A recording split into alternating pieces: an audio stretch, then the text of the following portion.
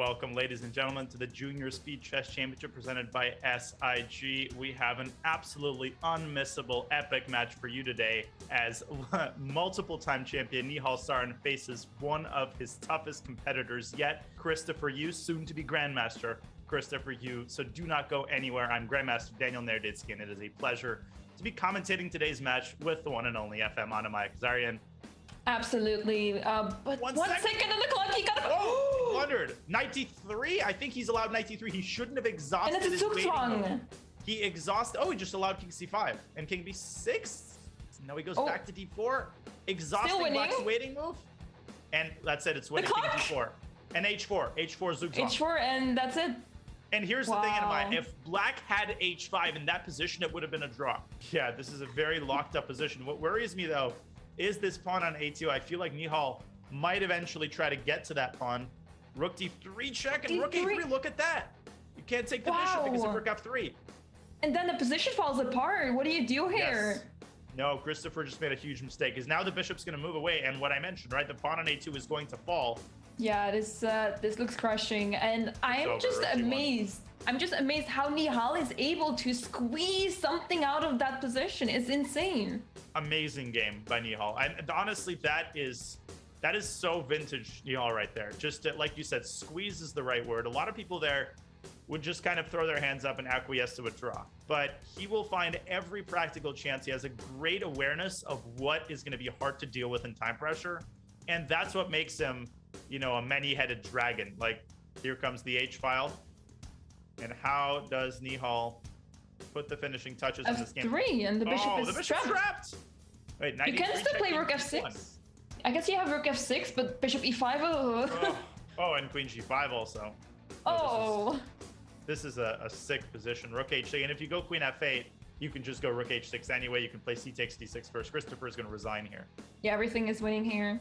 You might even play g4. Yeah, g4 opening up. Luft. Oh, I meant for white, but both ways works. Oh my goodness. FG. Oh, and the rook is hanging. Goodbye. This is everything is just hanging. I mean, like the position is just collapsing. He's up a rook. You can just go rook c3. It's just winning. Yeah, and there's no counterplay for black. Oh, he's just taking the pawn. He doesn't mind losing the exchange. Yeah, because without the dark squared bishop, black is just going to get massacred on the king side. Right, yeah. That is not looking good for Christopher. I mean, this is insane. That's going to be Mick adoption with 5-0. Not the kind of start that you want against the reigning JSSC champion. Yeah, he's going to win white's pawn. And now he's going to win the knight, and it's a draw. Wow. And this should be a draw, yeah. Saves it. Wow. That is an incredible save. And you know what? It's not much. You're still down by 4, but this might be at least... I wouldn't go so far as to say a turning point in the match. That remains to be seen. But some momentum for sure. And Nihal should have won that for sure. I do not see Christopher messing this up. No, this is completely winning. He's up 2 pawns for no comp. He might even be up 3. And he's trading rooks by force. This is completely winning. Right. And he avoids the trade, but now rook f6 is in the position. I think Nihal might resign here after queen takes b6. Perhaps. 3 pawns now. Okay. And now e6. Yeah, this is just crushing. Yeah, queen takes e6. And there we go, resignation. And a huge win for Christopher, winning the first game while Nihal is trying to cling to it, but with the white's king as weak as it is. You also... Oh, now you lose c5. No, now it's completely lost. Yeah, that is a little too much indeed. Wow, and Christopher, unless... barring a miracle, will win another one, the second game in a row, this time with the black pieces. Yeah, I mean, there is very little hope in this position for Nihal, so I'm not sure how he could recover from this. So no, he can't. I think it's almost safe to say that Christopher is just taking another win here. A time which is good for both of them. They haven't spent too much time on the rook clock. Rook b2, he missed rook b2. He blundered rook b2. Wait, oh my god, how did that happen? Rook takes b2 is game over. Unbelievable mutual blunder. You know what's funny? Nihal missed that. I initially was thinking of the same, but then like that there's the threat of rook takes b2, not realizing you can actually play it right away. Oh my god. Well, I was about to say, like, obviously Christopher's not gonna go rook c2 because of rook takes b2, but Nihal missed it as well, and it's one of those blind spots where you look back and you're like, what happened? The pawn knight f3 check, e4 is hanging. E4 is hanging. Oh, he though. takes on h4. Okay. Oh, but now he's got the potential to create passers on both sides of the board. Right. King C5. Very beautiful play by Christopher. Yeah, he's playing this great knight g6, knight f5, knight e5 check. As Nihal gets his king up 4 seconds and oh, a3. He wants b3. Oh, what a nice move. And you can't get closer with the king. He's stopping the pawn. Nihal stops the pawn and he's gonna win a3. He's gonna win a3. Oh my god, he's gonna defend that. c5. And can Christopher pull it out here? Nihal's time pressure. Here come the other pawns. Can Nihal stop the pawn with his knight? Knight b5. Oh, 91. 94 check. 94 check. Just in time. H2 though. H2. But H2? Whoa, why did he play H2? King E 95. 95. Oh my goodness. I thought 95 won a piece.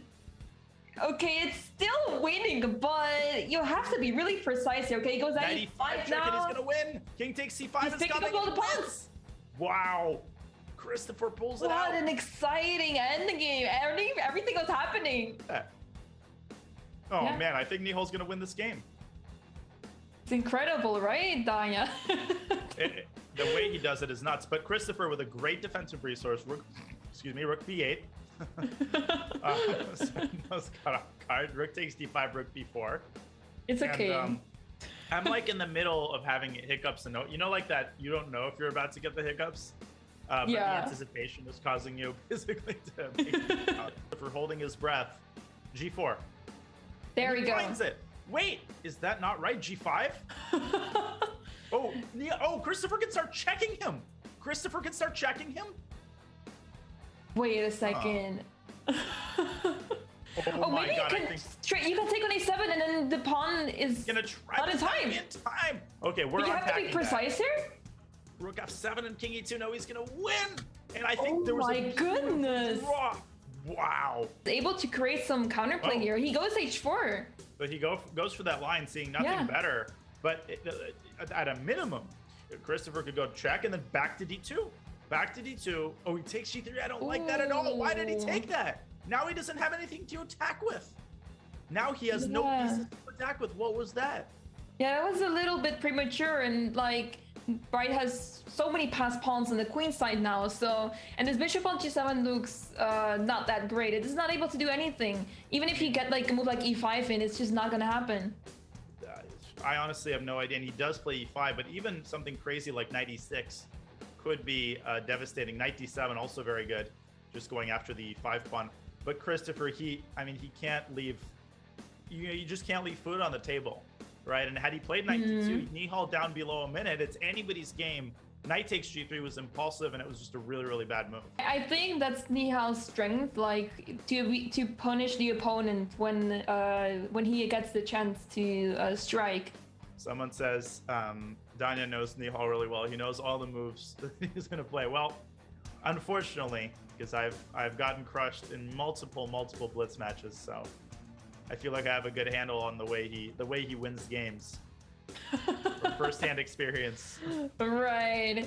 Yeah, he's just super strong, and yeah, following his matches also, like we are like seeing his style as well. Okay, e4. Rook c4. Rook c4.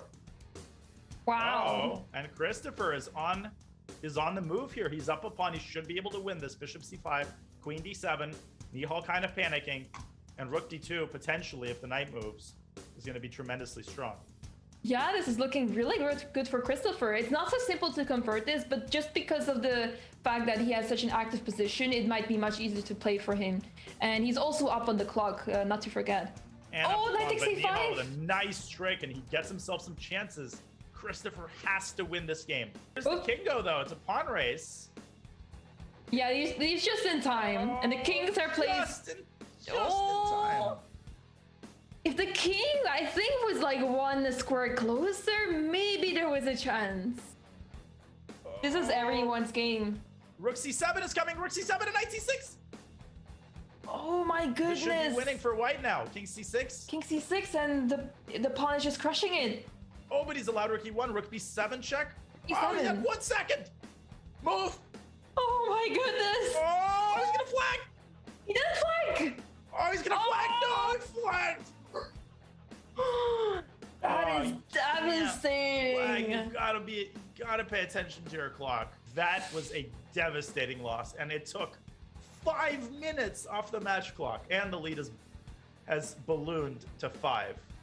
Okay, queen b3, and yeah, he's shuffling around. Yeah. He's We might shuffling see around. a threefold repetition.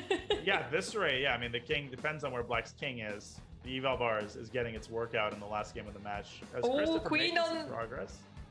Oh, I'm a bit worried. King b6, though, great job by Christopher. He's going to win b7. I think he's going to win the game. Absolutely, and now he has a pass pawn, and the win should be in very soon for Christopher. c6, c7, and the pawn is going to be unstoppable. Right. Although, yeah, trying king b8, great stuff by Christopher. Yeah, and he Final just game. promotes. The lead has been brought down to 4, but the time has run out, and another resounding win by the reigning JSCC champion Nihal Sarin, who knocks out the talented American Grandmaster-elect and Amaya. Smooth match by Nihal. Right. Congratulations, Nihal, as well, for winning this match. So what was your approach to this match? Like, did you make any changes to how you play normally?